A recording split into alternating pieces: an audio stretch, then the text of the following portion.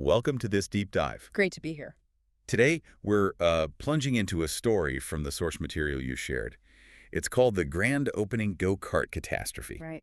And it's quite something. Yeah, it's not just, a simple accident. It's one of those really darkly funny, escalating calamities. Feels less like bad luck and more like some kind of Rube Goldberg machine going totally off the rails. Exactly. That's a good way to put it. What's fascinating about this specific story is the scale, really, and just the sheer absurdity of the chain reaction it describes. It's just the single event from the source, but it gives us like a perfect example of what makes a disaster truly extreme, in this context. Okay, so our mission for this deep dive then is basically to unpack this wild narrative. Yep. We're going to walk through the key moments, just as they're described in the source, pinpoint those surprising connections that really escalate the chaos. Yeah, how one thing leads to the next, often in the most unexpected way. Right. And really try to understand why this particular story gets called a Godzilla-sized calamitous farce. Which, spoiler alert, it kind of earns. Okay, so let's picture the scene. Grand reopening. Local electronics store. And they've really, really gone all out. Oh, yeah. The source paints this picture of, well, ambition.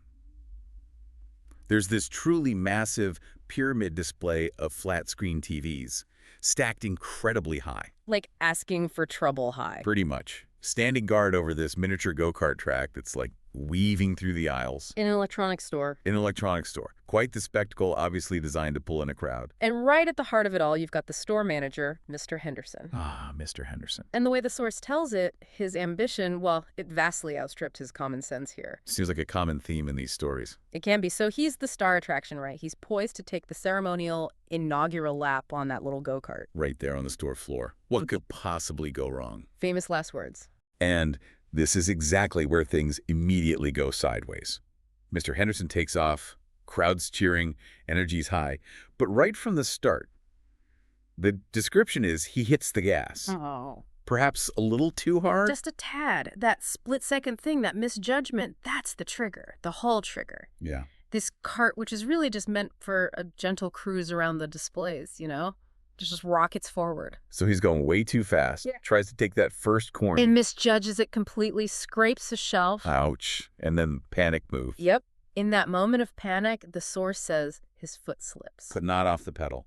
No, crucially, it doesn't slip off. It gets stuck on the accelerator. Oh, no. Just like that. The fun little go-kart ride transforms into what the source calls a rogue missile, swerving wildly, totally out of control. Okay, so now the chain reaction really kicks off. This isn't just a driving error anymore. It's turning into a store-wide catastrophe. Right. That runaway cart, it smashes directly into a display of washing machines. And not just a little bump, I gather. No, it's a proper impact. Enough force that one washing machine just goes careening down an aisle. Like a bowling ball. Like a bowling ball, exactly. And that bowling ball... A careening washing machine, yeah. It then topples a stack of boxed microwaves. Okay. And here's where you get that really unexpected system interaction that the source highlights. Those falling microwaves. They hit a tripwire. A tripwire? For what? For the store's security system. But not just any security system. Let me guess. Something completely inappropriate for daytime use. You got it. An elaborate, motion-activated security laser grid. Oh, fantastic. And the source is very specific here. It was designed for night use, after closing, not for a busy daytime grand opening with a runaway go-kart. So suddenly the whole store lights up. Yeah. Red lasers crisscrossing everywhere. The aisles basically turn into some kind of sci-fi obstacle course. While a go-kart is loose. Exactly. And through this laser maze, the go-kart is still barreling along, Mr. Henderson trapped inside, probably screaming, still trying to stop this thing.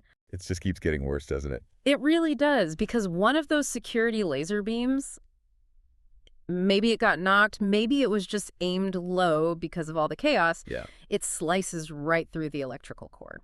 Oh, not the... Yep. The electrical cord of that towering TV pyramid we talked about earlier. The giant... expensive TV pyramid. The very same. And that's kind of the point of no return for the main display. Right. The source really emphasizes how enormous these flat-screen TVs were. Each one described as weighing a ton. A ton. Seriously. That's what it says. So they start to topple, collapsing onto each other, shattering. Oh, the noise must have been incredible. Exploding in this shower of sparks and glass. And amazingly, the source notes they narrowly missed the terrified customers who were trying to flee by this point. Thank goodness for small mercies, I guess. But the disaster isn't done yet, is it? Not even close. All that intense heat and those sparks from the exploding TVs, they trigger something else. Well, two things, really.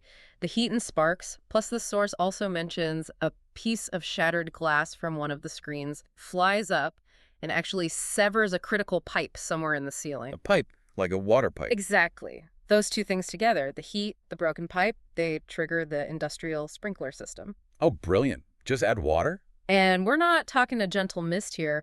The description is of a deluge. Icy cold water just gushing down onto absolutely everything below. So now everything's getting soaked. The remaining electronics. The fleeing customers. The go-kart. Which the source says is now basically hydroplaning across this flooded, laser-filled floor. This is pure chaos. Hydroplaning, lasers, water. And the water, of course, just makes things worse. It shorts out more electronics, adding even more dramatic pops and crackles to the soundscape of disaster. It's just sensory overload. Surely that's the peak. It can't get any more absurd. Well, about that, just when you think it's reached maximum absurdity, we get to the grand finale. It involves the ribbon-cutting ceremony element. There was still a plan for a ribbon cutting. Apparently. And it was supposed to feature a grand opening cake. Special cake. Let me guess. Shaped like a TV. Close. Designed like a circuit board, according to the source, with edible flames. Edible flames, okay. But the source points out that the sudden downpour, that deluge from the sprinklers, it hits the non-edible igniter they used for the flame effect on the cake. Uh-oh. Water plus non-edible igniter equals. Not good things. The cake doesn't just get soggy. The source says it begins to fizz. Fizz. And then, unexpectedly, it starts to expand. Massively. The cake expands. It transforms into this rapidly growing foam pit, spewing sticky, sugary, non-toxic apparently, but incredibly messy foam right across the store entrance. Yeah. Blocking the exit. A foam pit. From a cake, of course it does. Naturally. So what happens to poor Mr. Henderson in his hydroplaning go-kart? His journey through the chaos finds its fitting end here.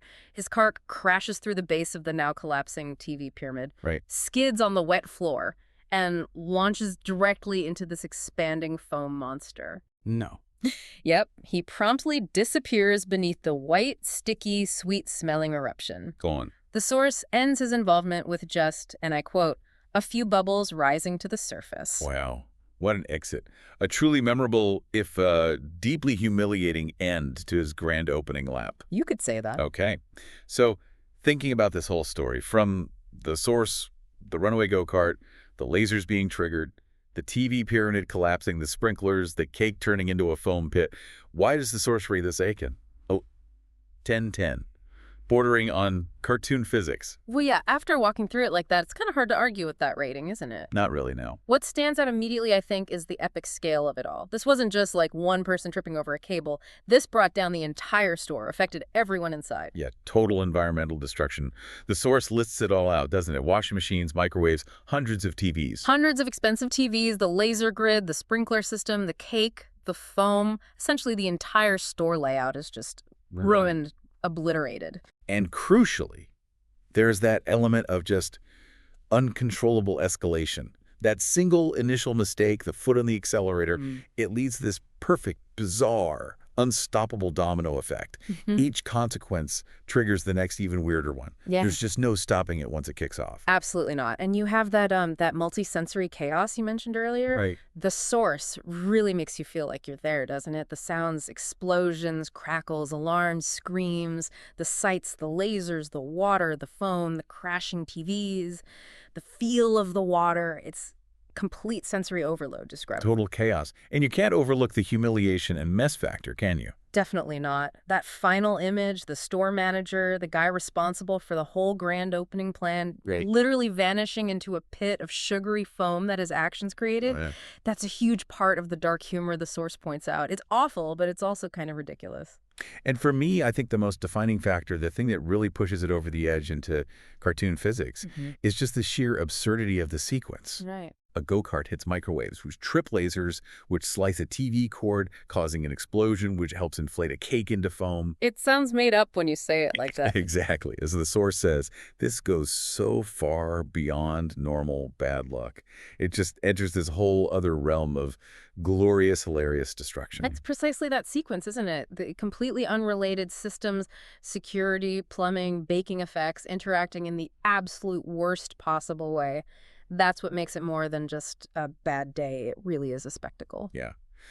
Diving into a scenario this extreme, even though it's, well, fictional from the source, it does offer a strange kind of insight, maybe. I think so. It gives us this wild, completely exaggerated look at how small initial failures can just cascade in complex systems. It's a perfect, if utterly absurd, illustration of those unforeseen interactions, those hidden tripwires just waiting to be hit.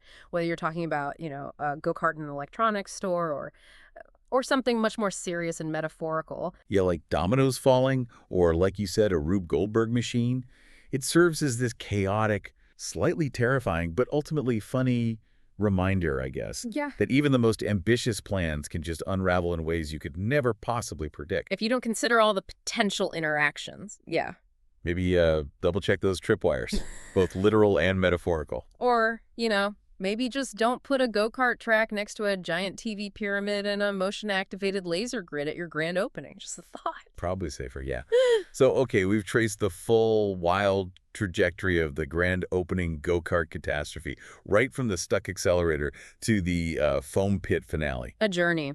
And as we mentioned, the source itself says this whole sequence borders on cartoon physics. Right, which leaves us with this final thought for you, the listener, to ponder. Out of this entire absolutely wild sequence of events, we just unpacked the go-kart, the lasers, the TVs, the explosion, the sprinklers, the fizzing, foaming cake. What single element strikes you as the most utterly absurd? Yeah, like the least likely thing to actually happen in the real world. Exactly. And how does that specific detail, for you, really solidify this story as pure farce? The thing that pushes it way beyond just a terrible day at work and launches it firmly into that realm of ridiculous, calamitous disaster. Something to chew on. Keep exploring those surprising connections and consequences you find in the information around you. There's always more to unpack, isn't there?